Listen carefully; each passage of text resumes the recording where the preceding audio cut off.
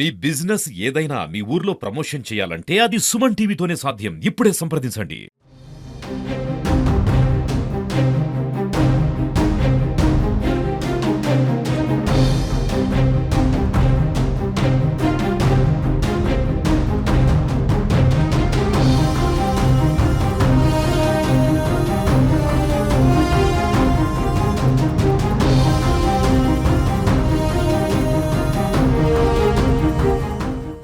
సిద్దిపేట పట్టణంలోని టెలికాం నగర్ కాలనీలో దారుణం చోటు చేసుకుంది. ఓ గుర్తు తెలియని మహిళ నీటి సంపులో పడి మృతి చెందింది. ఈ యొక్క ఘటన ఏ విధంగా జరిగింది అనే విషయానికి సంబంధించి మనం ప్రస్తుతం మన దగ్గర స్థానికుల వారిని తెలుసుకుందాం. అని చెప్పండి, అసలు ఈ ఘటనకు సంబంధించి మీకు ఏ విధంగా సమాచారం ఉంది?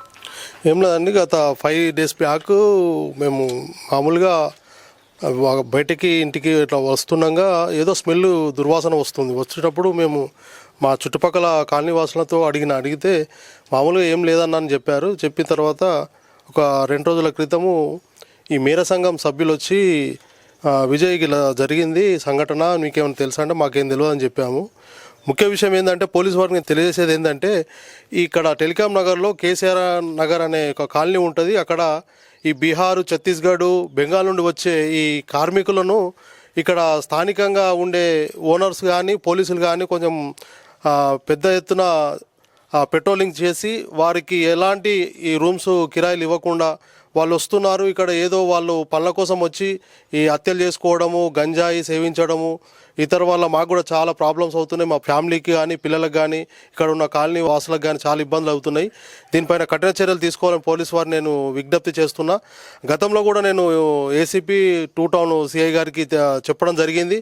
వారు కూడా గతంలో పెట్రోలింగ్ చేశారు. వాళ్ళు కూడా కొన్ని చర్యలు చేసుకున్నప్పటికీ కూడా ఇక్కడ హత్యలు చేయడము, గతంలో కూడా దొంగతనాలు జరిగిన సంఘటనలు కూడా అనేకం ఉన్నాయి. ఇక్కడ టెలికాం నగర్లో, కేసీఆర్లో మీరు పోలీసు వారు కావచ్చు, లేకపోతే అధికారులు కావచ్చు, లోకల్లో ఉన్న అధికారులు కానీ కొంచెం ప్రత్యేక చర్యలు తీసుకొని ఇక్కడ ప్రతి ఒక్కరు కూడా కొంచెం దృష్టి పెడితే బాగుంటుందని నా యొక్క విన్నపం. ఈ మహిళ ఎవరై ఉంటారు అనుకుంటున్నారు? ఈయన ఎవరు మీకు ఎప్పుడైనా చూసారా? ఈ వ్యక్తులు ఎప్పుడైనా కనబడ్డారా మీకు? మేమైతే చూడలేదు కానీ ఇక్కడ కిరాయికి ఉంటారు. వీళ్ళు రెంట్కి వచ్చి ఉంటారు. వాళ్ళు ఇతర రాష్ట్రాల నుంచి వస్తారు కాబట్టి మా పనులేదో మేము చేసుకుంటాం, వాళ్ళ పనులేదో వాళ్ళు చేసుకుంటారు. వాళ్ళు మేము చూసిన దాఖలాలు అయితే లేవు. కానీ గత వారం రోజుల క్రితం, 5 రోజుల క్రితం మాత్రం స్మెల్గా వచ్చింది.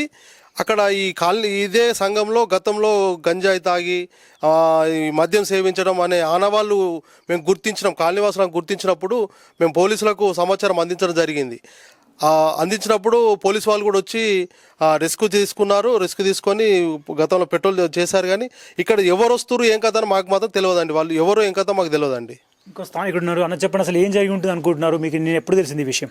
నాకు నిన్న తెలిసింది, మొన్న సాయంత్రం నాడు తెలిసింది.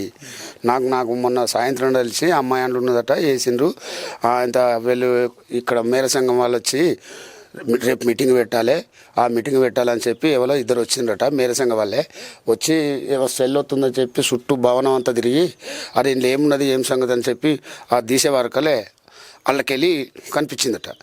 కనిపించే వరకలే వీళ్ళు పోయి సార్లకు చెప్పి సార్లు అది నైట్ వచ్చి చూసి మాదే మళ్ళీ నుంచి ఇక్కడ సార్లను కూడా 2 నుంచి ఎగ్దమని వచ్చి పోయి చెప్పి రేపు 6 గంటల 7 గంటల వరకు సార్లు వచ్చిండ్రు. నిన్నటి ఈ టైం వరకు అయితే తీసేసిండ్రు.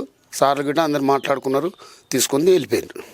మీరు చూసారు ఈ ప్రాంతంలో వాళ్ళ ఎవరు చంపి ఉంటారు అనుకుంటారు? ఆమె చనిపోయి ఉంటుందా? పోలీసులు ఏం చెప్పారు? అయితే ఆమెకు మన మాట రాదు, మన మాట ఆయనకు భాష రాదు. మనకేమో తెలుగు, వాళ్ళకేమో భాష, మనకు ఏది రాదు. వాళ్ళ పని ఏదో, వాళ్ళ లెక్కేందో మనం అడిగినా కానీ మనం ఎట్లా అడుగుతాము? అసలే తెలుగు వాళ్ళు కాదు, అంతే విషయం. కానీ ఇంకోటి ఏ విషయం లేదు.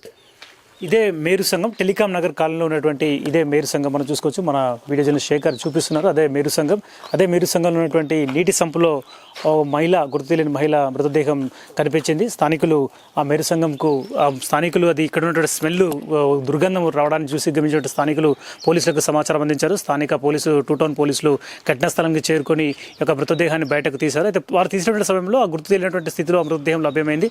దాంతో స్థానికులు ఆ మృతదేహం ఎవరిదనేది గుర్తించే పనిలో పోలీసులు పడ్డారు. అయితే ఒడిశా రాష్ట్రం చెందినటువంటి ఇక్కడ స్థానికంగా ఉన్నటువంటి ఈ కాలంలో ఆమె వారు రెంట్కు ఉండేటువంటి విషయం తెలిసింది. అప్పటి నుంచి స్థానికులు ఇచ్చిన సమాచారం ఆధారంగా వారు ఒడిశా వాసులుగా గుర్తించారు. అయితే ఆమె హత్య చేశారా లేకపోతే తనను తాను ఆత్మహత్య చేసుకుందా అనే విషయానికి సంబంధించి ప్రస్తుతం టూటన్ పోలీసులు కేసు నమోదు చేసుకుని ఆరా తీస్తున్నారు. తనకు సంబంధించినటువంటి తెలిసినటువంటి వ్యక్తులు హత్య చేశారా లేకపోతే ఆత్మహత్య చేసుకున్న విషయానికి సంబంధించి ఆరా తీస్తారు. స్థానికులు మాత్రం భయాందోళనకు గురవుతున్నారు.